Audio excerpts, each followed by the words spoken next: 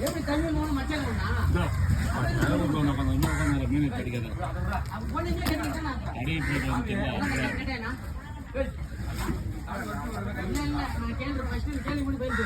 அப்படின்னு கொண்டு கொடுத்தா தம்பி